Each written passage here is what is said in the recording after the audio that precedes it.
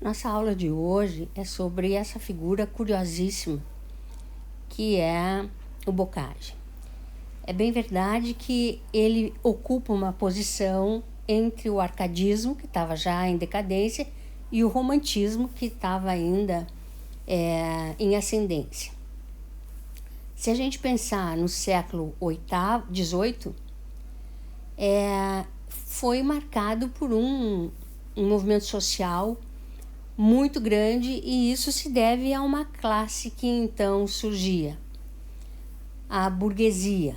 E a burguesia contrariava tudo aquilo que queria o absolutismo real.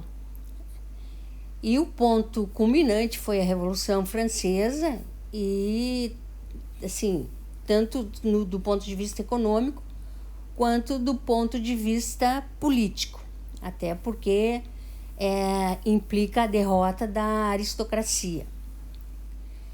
Então, em Portugal a gente tem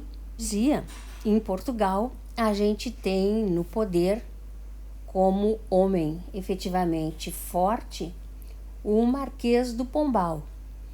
E com isso se leva à substituição da ditadura feudal pela ditadura burguesa, que é uma nova concepção respaldada na livre concorrência e na destruição das rígidas barreiras entre as classes sociais. O século XVIII, ele marca toda uma revolução no sentido de decadência da aristocracia e do surgimento da alta burguesia, que estava completamente insatisfeita com o absolutismo real. É também o momento em que chega o despotismo esclarecido, e ao final ele se encaminha então para a expressão de uma jovem sociedade burguesa.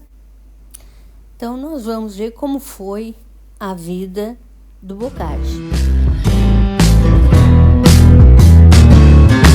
Rimas de Manuel Maria de Barbosa do Boccaccio é a obra que espelha o gênio e a vida do autor.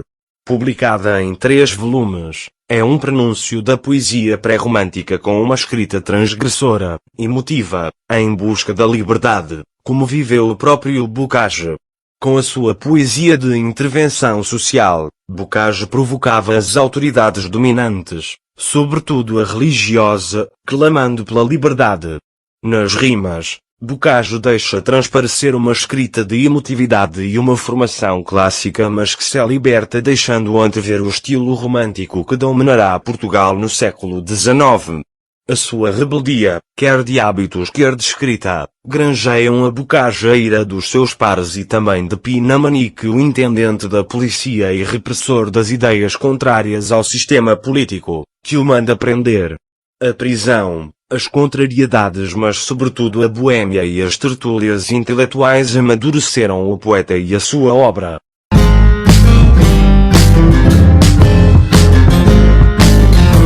Manuel Maria de Barbosa do Boccaccio nasceu em Setúbal a 15 de setembro de 1765 e morreu em Lisboa, a 21 de dezembro de 1805. Foi um poeta português e, possivelmente, o maior representante do arcadismo lusitano. Embora ícone deste movimento literário, é uma figura inserida num período de transição do estilo clássico para o estilo romântico que terá forte presença na literatura portuguesa do século XIX. A sua infância foi infeliz. O pai foi preso quando ele tinha 6 anos e permaneceu na cadeia 6 anos. A sua mãe faleceu quando tinha 10 anos. Possivelmente ferido por um amor não correspondido, assentou praça como voluntário em 22 de setembro de 1781 e permaneceu no exército até 15 de setembro de 1783. Nessa data, foi admitido na Escola da Marinha Real, onde fez estudos regulares para guarda-marinha. No final do curso desertou, mas, ainda assim, surge nomeado guarda-marinha por Dona Maria I. Nessa altura, já a sua fama de poeta e versejador corria por Lisboa.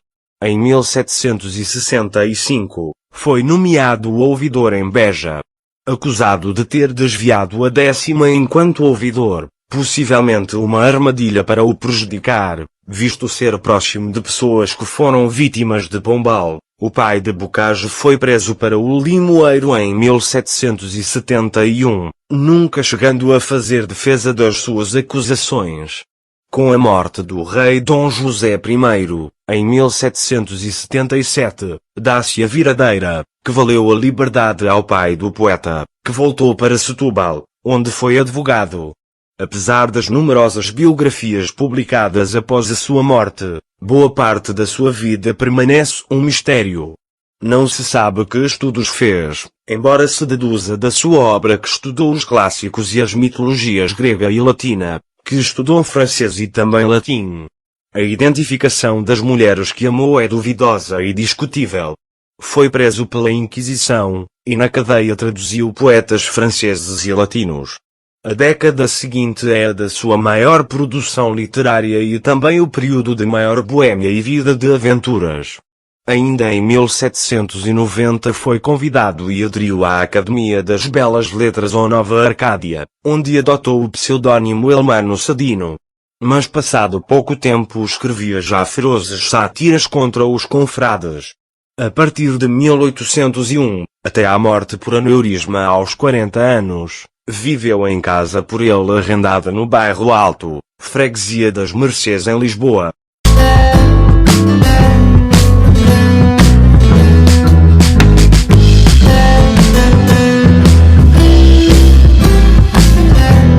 Bocage foi o grande mestre da expressividade poética, construindo uma obra onde coloca a fluência e a clareza da prosa ao serviço da poesia. Poeta de grandes explosões e convulsões, consegue como nenhum outro a perfeita ressonância dos sentimentos num harmonioso equilíbrio de escrita, resultando em expressões dramaticamente apaixonadas e um espírito sempre no limite da emoção. Possuidor de um verdadeiro segredo do encantamento, Bocage animava ou petrificava auditórios inteiros. Um espírito exaltado e conturbado, impaciente por natureza, os seus escritos são marcados pelos rasgos inspirados das suas explosões, numa pureza de entusiasmo que revela o quase impossível de traduzir das profundezas dos estados de alma, nas suas situações limite e mesmo nas situações mais comuns. As citações, os textos temáticos e os sonetos, traduzem os muitos momentos expressivos deste grande poeta.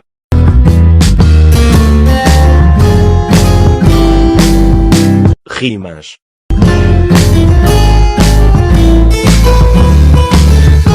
Poesias eróticas. O eterno irreverente. A virtude laureada. A pavorosa ilusão. Mágoas amorosas de Elmano.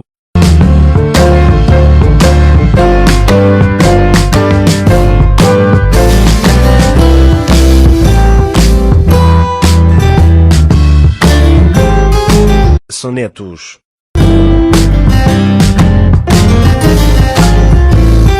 O delírio amoroso. Improvisos de Bocage. Queixumes do pastor Elmano. Elegia.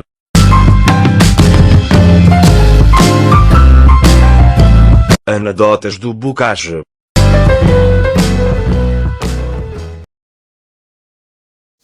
Nós vamos falar então sobre o arcadismo e o neoclassicismo do século XVIII.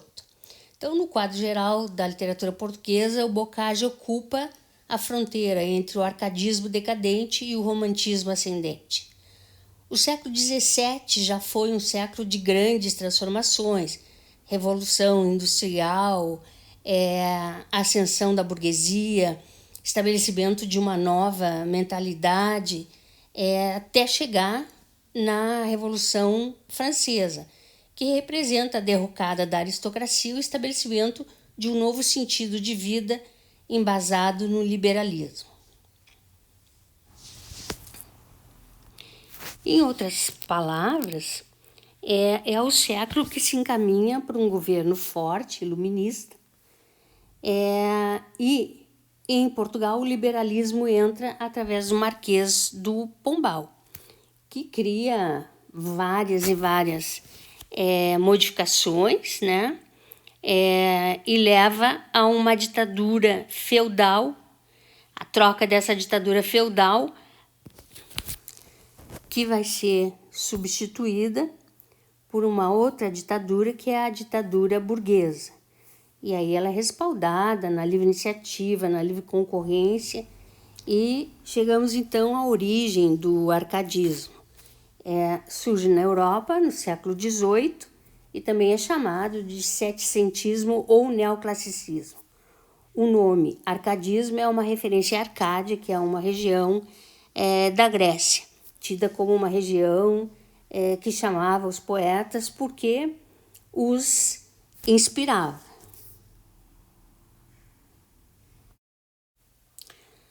Chegamos então às características do arcadismo.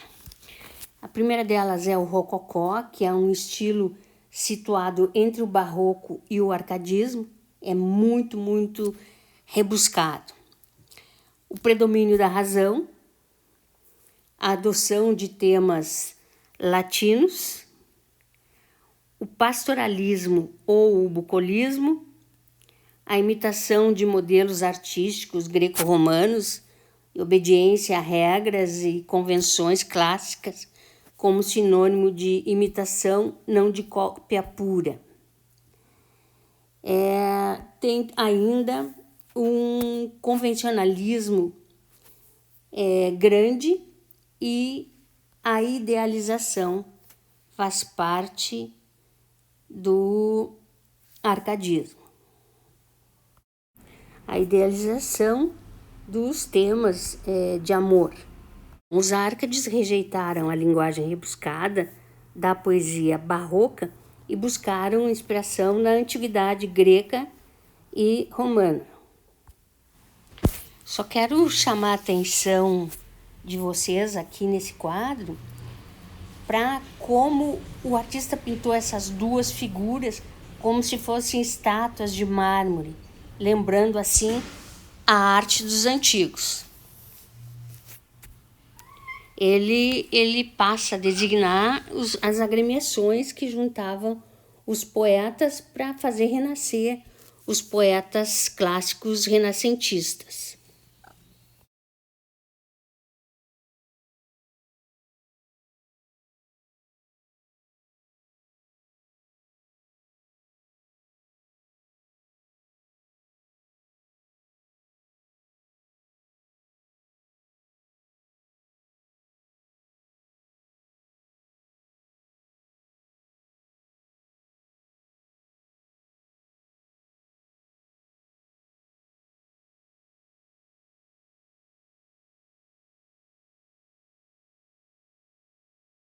O bucolismo, e o bucolismo é um modelo ideal de vida adotado pelos arcadistas, né? Ele é a representação idealizada da natureza.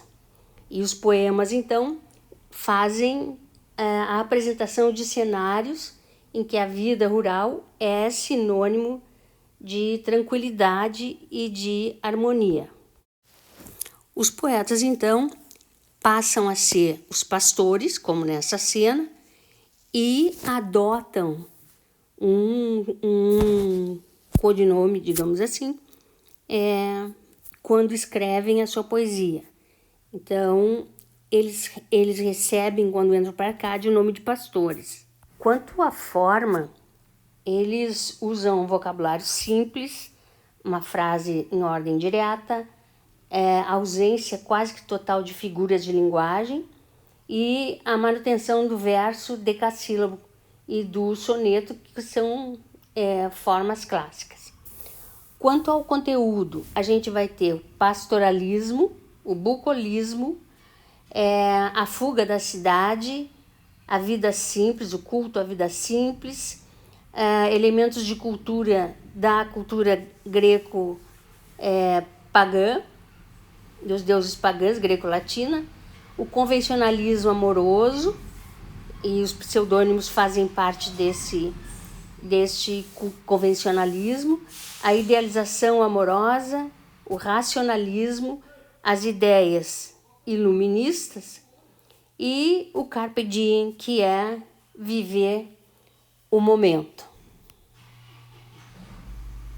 Bom, então o Bocage cultivou a poesia satírica, lírica, em N formas, mas são os sonetos o ponto mais alto da sua criação estética. Socorro, mandas-me não amar, eu ardo, eu amo.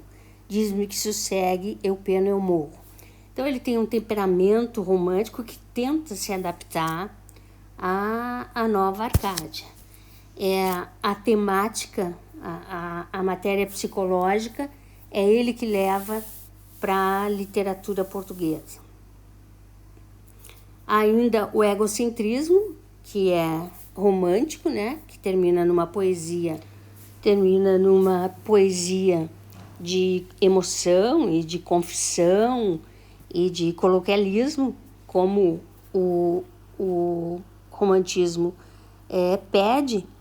E aí também se evidencia um poeta metafísico, angustiado com a perenidade dos conflitos ideológicos, porque ele é contra o despotismo, a favor da liberdade, como que é o romantismo, e é nesse sentido que ele é a própria decadência do estilo Árcade e o limiar do romântico.